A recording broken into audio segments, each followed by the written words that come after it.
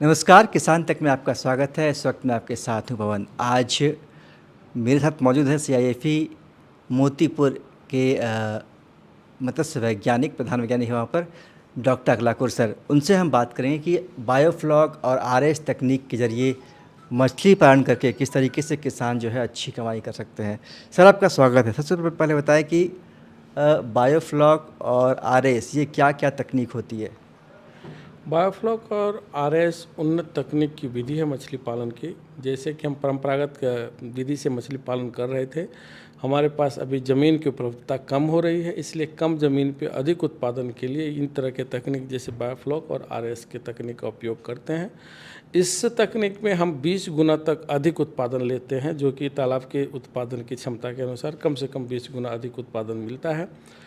किसानों को ये तकनीक अच्छी तरह से सीख के उसके बाद करना चाहिए, जिससे कि रोजगार उत्पन्न करने के और रोजगार प्राप्त करने की असीम संभावनाएं मिलती है इस विधि के द्वारा, क्योंकि इसको कम जगह पे कर सकते हैं, युवा आसानी से कर सकते हैं। तकनीक ओरिएंटेड है तो वो तकनीक सीखने में युवाओं की अभिरुचि रहती है और इसको एक इंडस्ट्रियल रूप में रूपांतरित किया जा सकता है।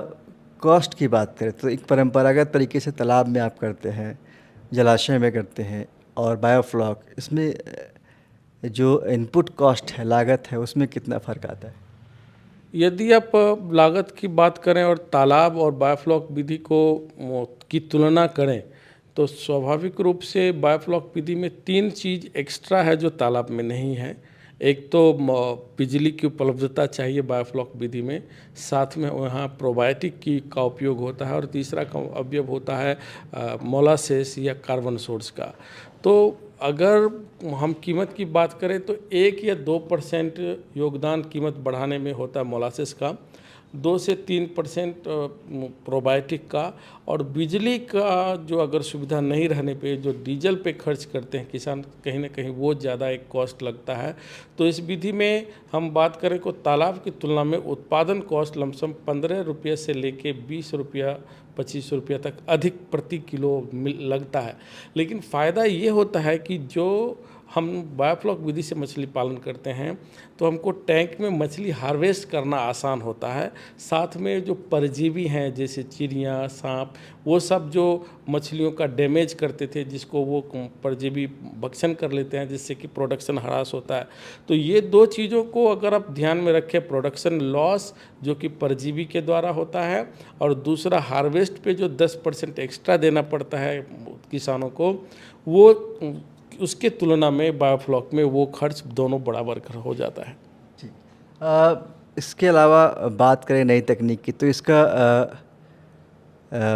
जो गवर्नमेंट स्कीम्स है उसका लाभ किसान कैसे ले सकते हैं? इसके अलावा इसमें और क्या-क्या खास ख्याल रखना पड़ता है? सर्वप्रथम रही स्कीम की बात, तो मैं बता दूं कि केंद्र सरकार के प्रधानमंत्री मत्स्य संपदा योजना के अंतर्गत एवं राज्य सरकार की विभिन्न योजनाओं के अंतर्गत मछली पालन में सहयोग के लिए बहुत सारी योजनाएं हैं, जिसमें तालाब विधि से मछली पालन, बायोफ्लॉक विधि से मछली पालन, आरएस विधि से मछली पालन, बीज का उत्पादन, फीड निर्माण इत्यादि बहुत सारे स्कीम है जिसका लाभ किसान एवं उद्यमी ले सकते हैं। रही बात आरएस और बायोफ्लॉक में, तो इसमें भी अलग अलग क्षमता के अनुरूप 7 टैंक, 5 टैंक, 8 टैंक, 2 टैंक, इस तरह के क्षमता के अनुरूप स्कीम उपलब्ध है। मध्यम स्तर के इंस्टॉलेशन के लिए, उच्च स्तर या हाई कॉस्ट के इंस्टॉलेशन के लिए। मेरा यही कहना रहेगा कि उद्यमी जो सीख गए हैं वो किसी स्तर पे जा सकते हैं। जो नए उद्यमी है जो इस व्यवसाय में आना चाहते हैं, पहले वो सीखने के लिए छोटे स्तर पे इन्वेस्टमेंट करें और उसको सीख के फिर अप स्किल करें। रही बात बायोफ्लॉक तकनीक या आरएस तकनीक के बारे में जो विशेषताएं हैं वो बताने की, तो ये तकनीक मछली पालन की ऐसी विधि है जिसमें जो मछली पालन के इनपुट हैं जैसे बीज, फीड, ऑक्सीजन, ये सारे चीज़ बराबर वैसा ही लगता है। एडिशनली इससे हम पानी की गुणवत्ता को बेहतर करते हैं और ऑक्सीजन की उपलब्धता में उत्पादन को बढ़ा लेते हैं। तो हमारा जो उत्पादन बढ़ता है उससे 2 फायदे होते हैं। एक तो वॉल्यूम बढ़ने से हमारा इनकम बढ़ जाता है, दूसरा जो अच्छा उत्पादन सामाजिक स्तर पे या गांव के लेवल पे होगा तो उस उत्पादन से लोगों को क्वालिटी या गुणवत्तापूर्ण भोजन मिलेगा, उनके थाली में मछलियाँ जाएगी और मछली का भोजन वो मछली अपने भोजन में पाएंगे तो स्वाभाविक रूप से उनके भोजन का गुणवत्ता बढ़ेगा।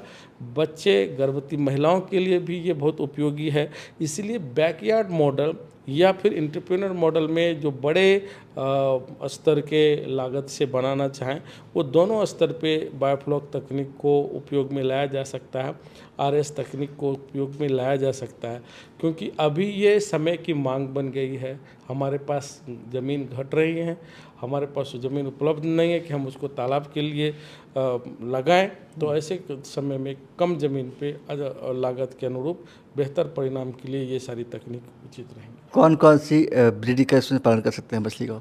यदि आप हमारे उद्यमी अगर शुरुआत करना चाहते हैं तो मैं उनको बता दूं कि 3 मछलियां हैं जो कि झारखंड, बिहार और इस छत्तीसगढ़ इस एरिया में उचित रूप से पालन कर सकते हैं, जैसे कि पंगास मछली है, तिलापिया मछली है, कॉमन कार्प है।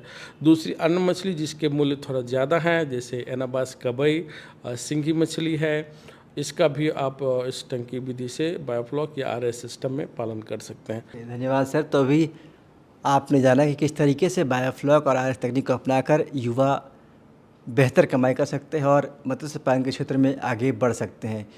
किसान तक से जुड़ने के लिए धन्यवाद। अगर ये वीडियो आपको पसंद आया है तो इसे लाइक ज़रूर करें। अगर चैनल अभी तक सब्सक्राइब नहीं किया है तो कर लें और नोटिफिकेशन पाने के लिए बेल आइकन भी दबा दें।